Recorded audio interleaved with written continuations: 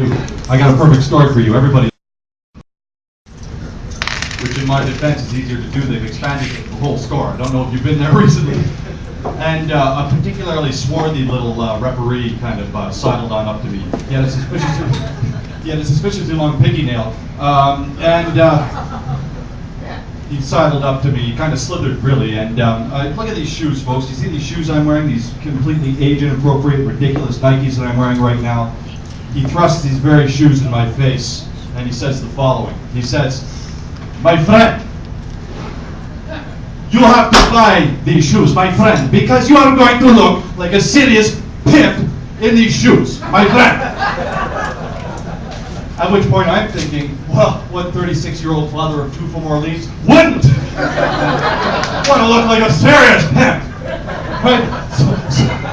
So I'm like, okay, and I give this guy $150 fucking dollars, and he hands me these ridiculous shoes, which of course I had to wear out of the store because I don't know if you've been listening and following, folks. I had some serious pimping to do.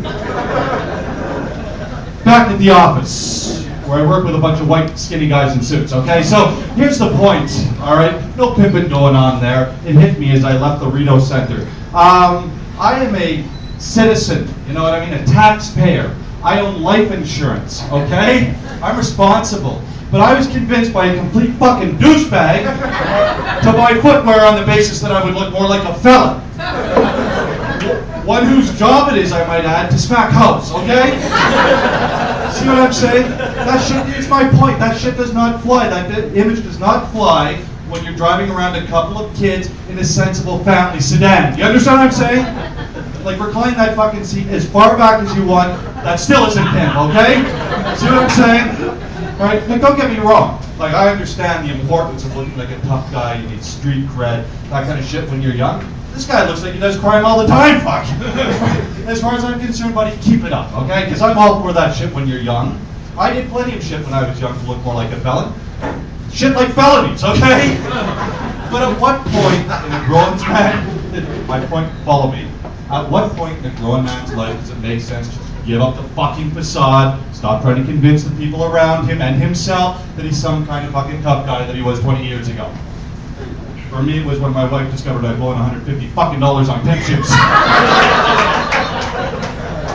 I don't know, follow me here. I'm pretty sure cowering in the fetal position while she rained blows down upon me with the fucking sneakers was not in keeping with the pimp persona, that image. I don't know, thinking let that, I don't know.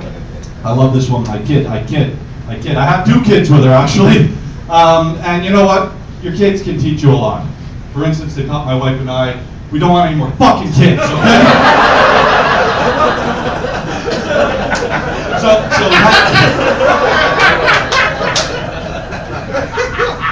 So we had to have the discussion, right? There's many forms of contraceptive out there, right? And we had a discussion where I was informed that I chose vasectomy, okay? Yes! Okay, ladies, you're grinning right now, you fucking psychos, okay? I know.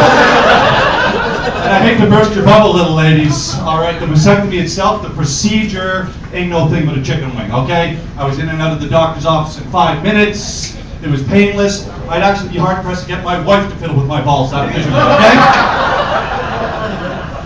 Turns out the daunting task is in preparing for the vasectomy. Anybody care to venture a guess as to what I'm referring right now, Batman? Well, let's just say the doctor doesn't want to hack through a small sweater to get to your ball sack. Do you understand? He wants you to invest in testicular landscaping. You understand? Shaving your balls, I'll be frank. That's what he wants you to do ahead of time. And as somebody who's never done this before, okay? So many fucking questions, you know what I mean? How do you do that? What do you do? Well, I tell you what you don't do, guys. You don't dry rape your fucking ball sack, okay? Unless you want to make it sound similar to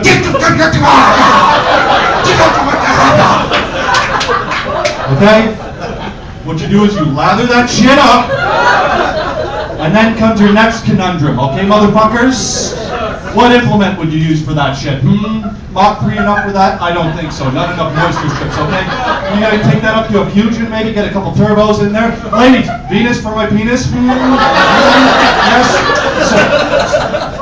Sir, you look like a guy that we've got to know each other a little bit. Let me ask you something.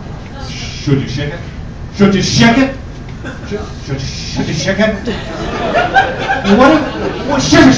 No, what if you're fucking naked? Oh! Then you're the asshole walking into the office the next day with a bunch of wadded up toilet paper on your fucking ball sack. Okay, listen, you've been great, but I'm going to leave you with one thought, okay? Guys, listen to me. Unlike the vasectomy, shaving your ball sack is not reversible. You go ahead and let that shit grow for a week if you like the sensation of an SOS pad dangling between your fucking legs. Because after a week, that's one prickly little pair, little buddies. I even get up a little dance and I do it fucking public at the ATM machine. I try to look at eyes, in fact, scratch my balls like a fucking idiot. Front kick in there, back kick. I swear, look at the fifth ball shot. Even got Michael Jackson from Philip.